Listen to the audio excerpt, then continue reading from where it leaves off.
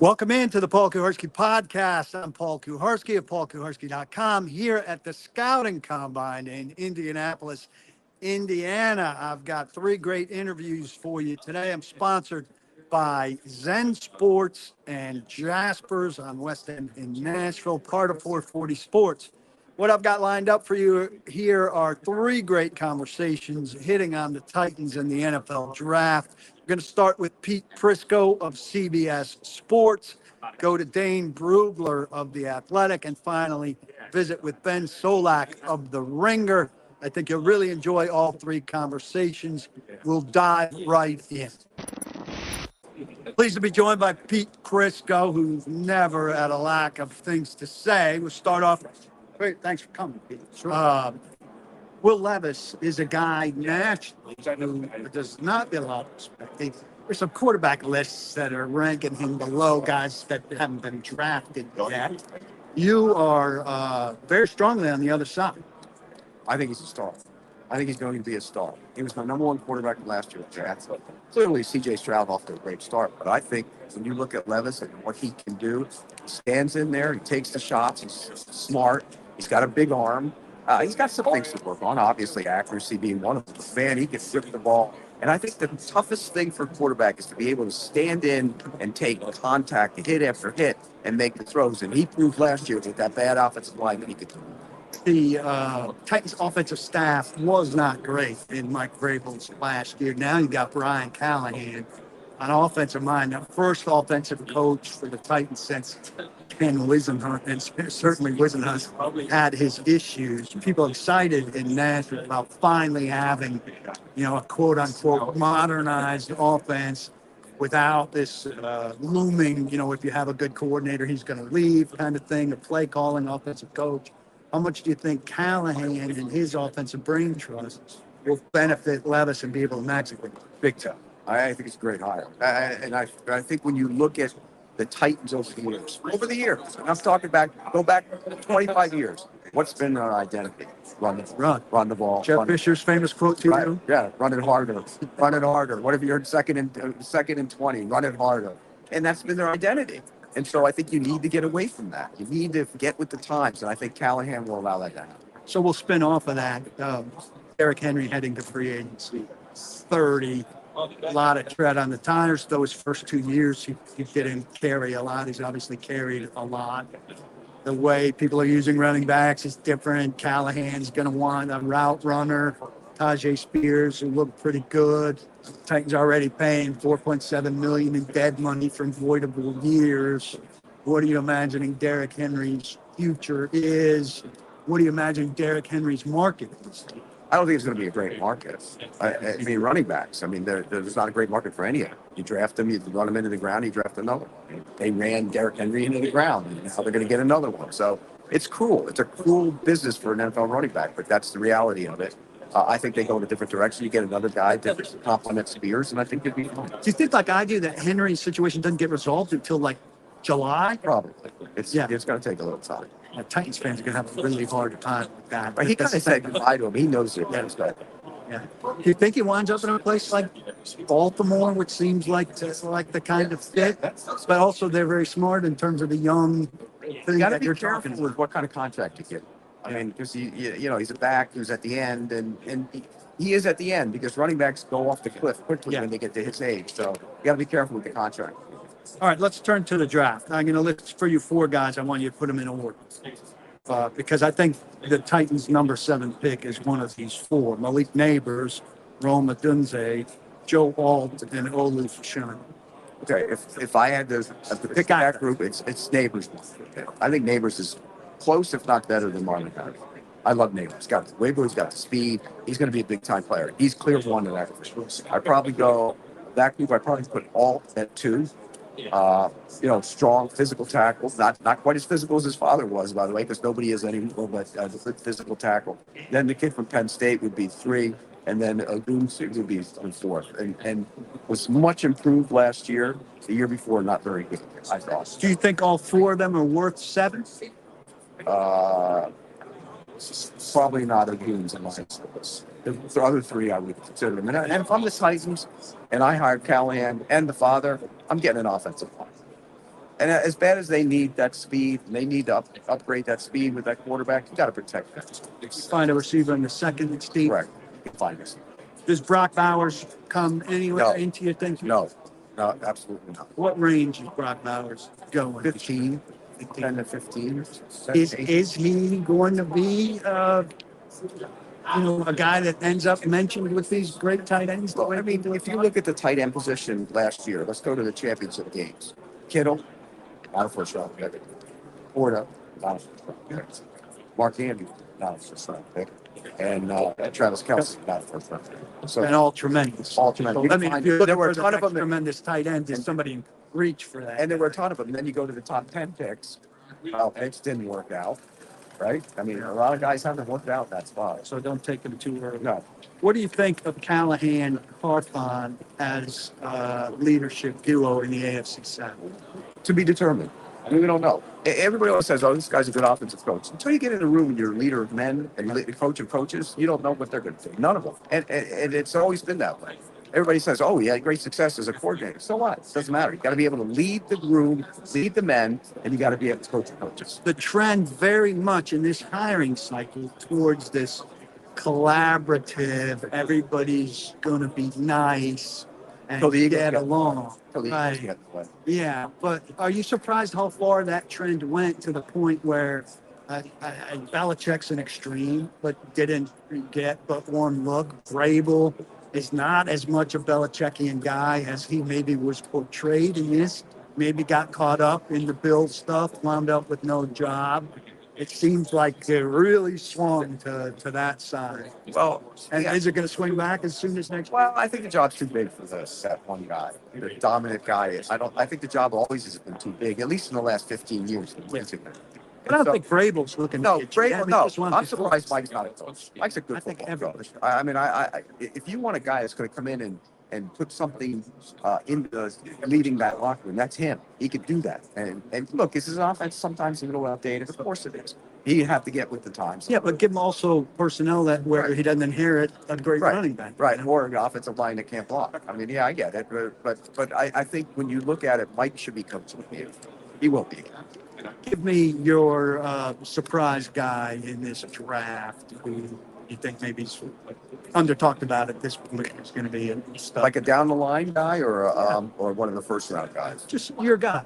Okay, well, it's hard for me to say my guy yet. I'll give you a Pratt from Tulane. Second, third round, third or fourth round.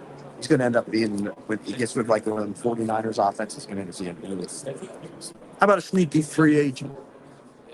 Titans have a lot of money, but they're going to be crafty. But it doesn't have to be a Titans guy. Who's a free agent that's going to go somewhere and I make a would- difference? That's not getting a Michael ton of money. Onwin.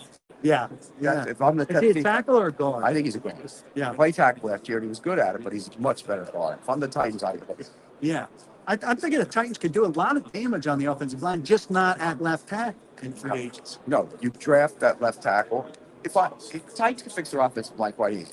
You have left bars, even though he got hurt when he had the appendectomy, he didn't play as well when he came back. He's the left. Now he's guard. got a superior. I mean, Duncan had talent. He's just so, Oh, nice. right. But if you don't get that spot, but you get maybe you go get Andre James at center. Yeah. Maybe you go get Onwenu at right guard, and then you move from there and see what you get. And there are a lot of options. Yeah. Hunt, Zeitler, Yeah, there's a lot of Pusha guys. Berries. There's a lot Those of are guys. quality There's a lot of guys, guys. just not left tackle. No left side. And the Trent Titans, Brown, unless you the want to do that. Titans' big problem to me is that they need people at premium positions, and premium positions don't get the free agent. Left tackle, top flight wide receivers, Corner. top flight corners aren't getting there. You No. got to draft them and develop. Yeah. And they can't do all of that without a third round pick. Right. The first and second rounder, and then you got to wait till the fifth. Yeah, but you have the quarterback. Now build it and be patient. Is this division now set? You and I have been in this division for our whole careers, really. Is this division in 2 years going to be the best it's been, top to bottom? Because of quarterbacks. Yeah. I mean, you look at all four quarterbacks. You talk about three rookies last year, and Trevor Lawrence, who didn't play well last year, but he's got the talent to be a big time player. So yeah, this division it's going to be tough to win it now. Pete Prisco from CBS Sports. Check him out there. Good friend of mine and everything I've been associated with for a long time. Really appreciate it, Pete. Good to be with you. Pleased to have my annual visit with the Athletics' Dane Brugler, the best draft analyst in the business. Got to find my notebook here because I've got so much to ask him. Appreciate the time. Thanks for squeezing me in. Wide receiver and left tackle desperation in Tennessee.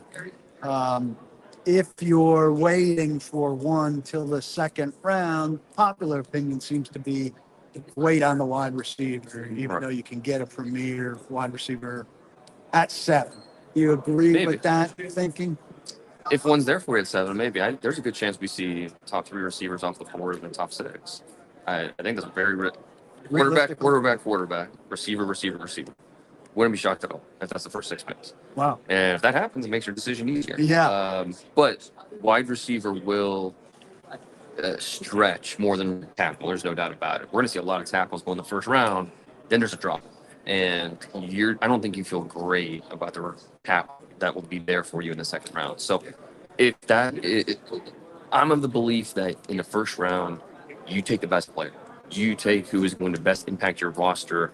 But I understand the thinking of, well, let's be smart about this and make sure as we project second, third round, we're taking the position that we know is going to be a little scarce later on, and we know we can get that receiver later. So, yeah, I do. What about Brock Bowers? Do you think he's considered? I don't know. That's I mean, that's figuring out where Brock Bowers is going to win the first round is fascinating. And the Titans are one of those teams, and maybe that's it. Maybe they move back 5 spots, and then becomes maybe more realistic. They could go that direction. But again, I'm a belief that you take the best player available in the first round, especially when you're picking top 10. You come away with that blue chip. You come away with the guy that is really going to impact your roster. And so, where do you stack Bowers versus Neighbors, Dunze, Alton, Sean? it's tough because they're, for every offense, they're going to be a little bit different with what they give you. Like if you're the Titans, you better be convinced that you have the play caller in place and the plan in place to use Bowers to justify where you're taking it. See, I think Callahan talks perimeter a lot. Right. And they don't have really anything on the perimeter. And that's big. That's huge because, if you don't have an X receiver, it's hard to shop for because there's not a ton out there. Right. So that's why I think there's a good chance we see receivers go off the board 4, 5, 6 because, the Cardinals obviously could use one. There's a good chance Chargers trade out of there at 5. Even if they stick and pick, they could go. It's hard to pass on a guy like Neighbors. And then, at 6, I could see them taking a tackle or a wide receiver. So, and then we could see trades. I think we're going to see trades in the top 10 this year. We don't always get trades in the top 10 this year with the quarterbacks, with the receivers. We're going to see some action. Let's compare Neighbors and Dunze. Mm-hmm. If in an ideal world they had both on the board, what's who do you think would be better for them? It'd be a great problem to have. Yeah.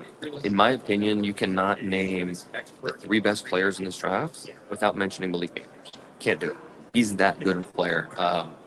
He's led the SEC in receiving the last 2 years. He's not 21 until the summer. He is a young kid. The acceleration he plays with before and after the catch. He's the first receiver that I can really remember watching his film and being like, okay, this guy was a stud 7-on-7 player, I'm betting, because the way he moves, the way he gets open, and looking back and doing the research on it, he was a big-time 7-on-7 player. So you want a guy, in my opinion, explosive plays translate. Nobody had more explosive plays at receiver this year than Malik Neighbors. He had 34 catches at 20-plus yards. That's going to translate to the next level. And if I'm looking to get better at receiver, I feel good about all 3 of these guys. But Malik Neighbors, to me, is that second receiver behind only Marvin Harrison Jr. All right, let's do the same game with Alton for Sean. It comes down to philosophy, I think. What do you want in your tackle? Alt's more the more well-rounded guy. Fashanu is more of your pass protector who isn't a bad run blocker. He's just not a strength of his. And so it just depends on what exactly you want. For me, that's why Alt's my top tackle is because he's more well-rounded. You think Bill Callahan, though, with his hands on Olu, would? Yeah, it obviously can't hurt. And with the way that Olu moves, his body control, the way he can sink his weight, and he's a sharp guy. I mean, Olu Fashanu is one of the smartest players in this draft. So I have no doubt he's going to get better at it, especially with a coach like Coach Callahan. But, at the same time, do you already go with a guy like Alt, who is the more well-rounded guy? Plus, he has upside. Joe Alt's only been playing tackle for about 3.5 years. He's the son of a former Pro Bowler with the Chiefs. His dad blocked for Joe Montana growing up, before Joe was born. And then when Joe was growing up, his dad didn't make him be an offensive lineman. He wanted him to be an athlete. And so he's playing quarterback and tight end. And it wasn't until his senior year of high school that they really gave him tackle reps. And then he goes to Notre Dame, and the improvements he showed year after year was really impressive. And you feel like there's still he has yet to reach a ceiling. There's still ways to go. Titans really need corner help. They don't have a third rounder because of the Will Levis trade. Who's a realistic fourth round corner who could conceivably help them early? Corner, I think there's a lot of good corners in this draft. One of my favorites is Andrew Phillips. Actually, you're I don't know if he'd be a fit for the Titans because he kind of reminds me of Roger McCreary, a guy already on a roster. I think they probably locked McCreary in at nickel, too. Right. I thought he was pretty good last year, the one good thing in their secondary. Mm-hmm. So who may be more of a perimeter guy? So let's see here. In the fourth round. I looked at Rakestraw, Hart, some guys on the beat are big on Cam Hart. Okay, I mean, yeah, that's around the range he's going to go. I think Ray Straw will go in a second. Cam Hart, I mean, you got to see what he runs here because he's really long. He's big. He's long. You can't teach that. Is he a 4.55 guy or is he a 4.45 guy? I'm eager to see what he runs here because there are times on film where you kind of worry about that speed, and he's a little up and down on tape. But again, in the fourth round, you're sacrificing something. So yeah, Cam Hart's a name that would make sense. You got an edge in the fourth or later who maybe is missing some measurable, but who's got a knack for getting to the quarterback, who might be a Dane Brugler guy? Yeah, I mean, Mo Camara from Colorado State. He's one of those guys who he's undersized, and you worry about being a true every down player. He's not that guy, but as a sub package guy, someone you can bring in and give you that juice off the edge. Yeah, Kamara's a hard guy to build. And we throw on the Colorado tape, throw on the is it Nevada tape, I believe. They couldn't block him. I mean, he is that strike game. He was hard to block. So he's a guy that will be doubted throughout the process. But I know just the way he plays, how hard he plays, and the athlete that he is, I think he's got a shot. As somebody who's fascinated by the process, how far along is the Beast, your draft guide, and what are your work days like when you get back home after the combine? It's about 70% done. I don't know. I get anxiety just thinking about it. I would think you'd like past that by now, but Well, I think that's probably what helped makes it so good. I mean, 250. I've done with like 250 reports done. But You just have to go fill in. there's always little things. Like this week at the combine, I'm picking up so much stuff that maybe little fill in the gap stuff. Because the way I view it is all these players are puzzles. And there's puzzle pieces everywhere. You just got to go find them. And talking to the right people, watching all the tape, and you pick up all these puzzle pieces to give you a more clear picture of who each player is. So that's my job, is to find all the puzzle pieces. And this is a big event for me here to really gather up a lot of those puzzle pieces, go home, figure it all out, and then the month of March doesn't happen for me. Last one, is there any chance, you said that you could see 3 quarterbacks, 3 receivers?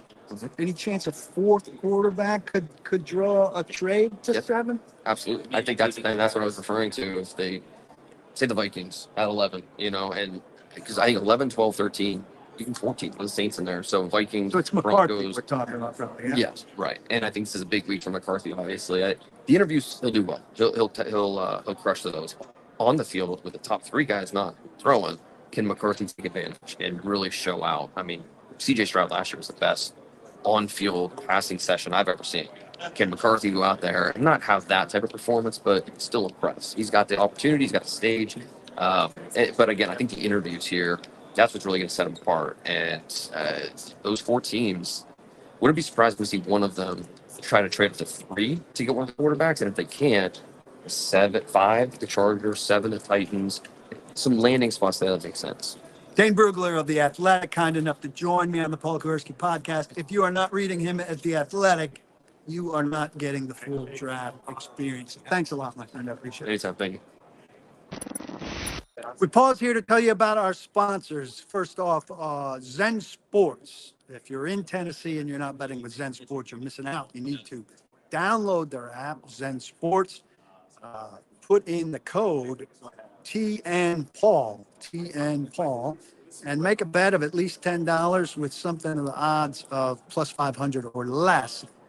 Boom, free membership to paulkuharski.com for a year. They foot the bill. That's quite an excellent deal. Lots of great parlays going on right now. College basketball, the NBA, the NHL. So jump on there and make a bet. You've got a first bet, no danger first wager. So you could bet a lot more than $10. Have the security of knowing that if you win, you're bankrolling your account. And if you lose, you haven't lost anything within 24 hours, they will refund your account. So you'll be set. I'm also sponsored by Jasper's, which is a great restaurant on West End Avenue between downtown and Midtown. Free parking, free games that you could play like air hockey and Pop-A-Shot while you wait for your meal before you head into order. Cold drinks, great food, great service. Did I mention the free parking? They're great to me. They'll be great to you. Head over there to eat. Ben Solak of The Ringer is so often referred to as the young up-and-comer. It probably gets annoying. I'm going to pile on. My parents and his grandparents were good friends. Yeah. My parents know his parents, obviously. I went to religious retreats with his mom. So there's the age gap there. Back in the day. What's it like to be so young and popular? It's tough. People resent you. They'd like for you to be a little older. I'd love to look a little older. I'm going a day at a time as fast as I can, trying to get up there. Yeah, well, you're doing just fine. I'm going to be scattershot. The free agent wide receiver market is thin because people hold on to good for wide receivers. Do you have a guy in the field who you think would be a nice piece of an upgrade for the Tennessee Titans as they try to modernize their offense and have an offensive head coach for the first time since the great Ken Whisenhunt? I'd be interested in a Darnell Mooney try. I think that you heard Brian Callahan say a couple times, we need speed, right? They want to get faster there, stretch the field a little bit more. Mooney was an interesting cat in Chicago. When he was the primary target, had some good production, struggled with drops and inconsistency. I think he always was going to be better as more of like a second or a third option. That was going to be a better role for him. And he starts to move into that role this year with Chicago. DJ Moore shows up, but they funneled targets to Moore and Cole Kmet.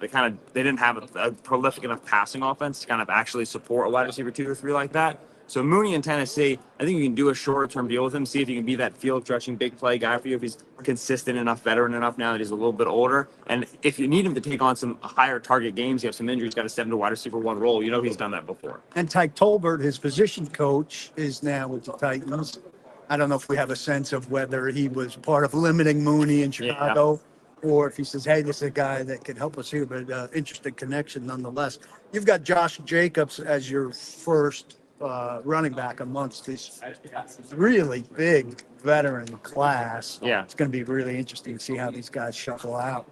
Where do you have Derrick Henry in that? Yeah, so I think Jacobs and Saquon are the two that I think could take a lion's share of the carries and be highly productive, put out one of those top seasons, still 3-down guy. I think Henry's in the next tier where you just don't want to be asking for that level of volume. Obviously, the Titans did for so long, and he was very productive, but that wears on your body. That gets you. He's getting up there in age. I think he can be a very useful player for the next 3, 4, 5 years in the league. But I think it's more so as an early down back, more so as the hammer to an accompanying lightning. I think of him as in that second tier. I hope that he lands at a spot where they'll still give him those rumbling carries. They'll get under center and let him go. Because when he's healthy and successful early in the season, he's still a dangerous player. I picture him as not resolved until July. Yeah. And many of those running backs probably people wait not just until after the draft, but kind of until they maybe see their undrafted running back on the field a little bit, stuff like that. You kind of think that's a likely timetable for a lot of these guys? Yeah, and I think it certainly can be. I think it really makes sense for a guy like Henry who is a little bit older, probably isn't going to get, potentially like a 3-year deal structured, but it can be more 1 or 2 years. But you want to make sure the team is healthy, make sure the quarterback's healthy, make sure things look nice and it's the right fit. There's no reason to race for that. Playoff teams are going to want a Derrick Henry, right? They're going to want him in July and August and September and October. So if you're comfortable letting that thing go a long time, you can really land with a team that's going to make a deep run. I'm fascinated by Marvin Harrison Jr.'s, I'm not training for any of this. Yeah. I'm going to be a football guy. There's no speed limit. Are you with me on this fantasy idea that it would be wonderful if it could be like that forever?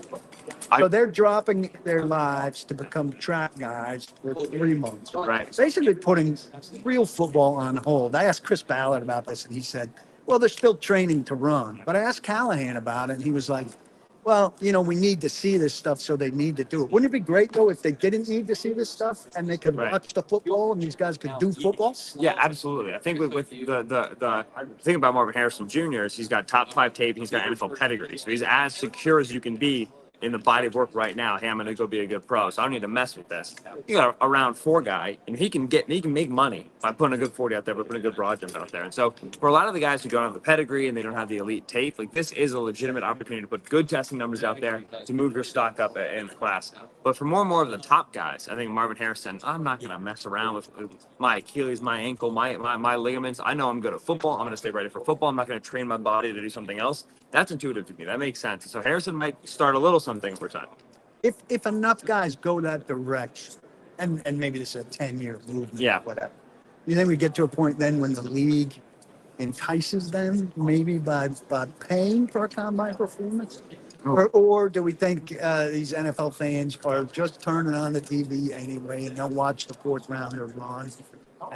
And if Harrison doesn't run, there's another. If 10 Harrisons don't run, 10 Harrisons. Paying them would be a surprise. I don't think it would get there. What I do think you'll start to see is that, all right, a Marvin Harrison Jr. might be able to get away with this. But if you had the same player and his name weren't Marvin Harrison Jr., if it was Bob Myers, like, it would be hard to do what he's doing, right? He has the NFL legacy. They know that he'll know how to prepare, and he will take preparation seriously when he gets to the league. I think if this expands and becomes more popular, you'll see some guys who do it thinking they're safe, and their stock will drop. And that'll kind of calibrate to the league saying, hey, some of you can get away with this, but some of you can't. You have to come here and you have to run your best. Was the good of Will Levis enough to get your attention to think that he could be the guy for the Titans nationally? A lot of people seem to be really dismissive of him.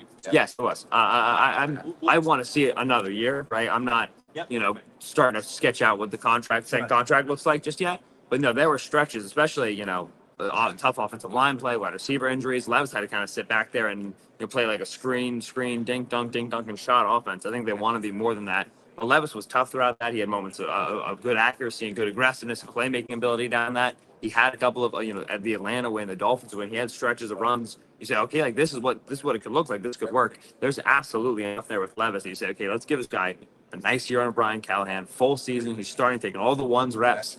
We'll put him out there week 1. It's not going to be perfect. We want to see what he looks like week 13 to 18. Let's see how much better we can get this young man. And you might end up at the end of the season and go, we need another year with Brian Callahan and figure this out. Maybe he keeps, maybe he doesn't. Maybe he's not. Maybe he's not the guy. You don't set any clear benchmarks. You just let's give him a year to learn. Let's get him some good weapons out there. Let's see what we can grow into. Finally, in your most recent mock, you went Penn State offensive line Olu for the Titans. I'm presuming that means, and I don't remember who you had gone wide receiver wise. Yeah. Clear choices there. I'm with you that I think they got to solve left tackle first and foremost. As desperate, and I've been on them for 25 years about their failures at wide receiver. I can't believe there's a day where I'm saying, no, don't take the wide receiver.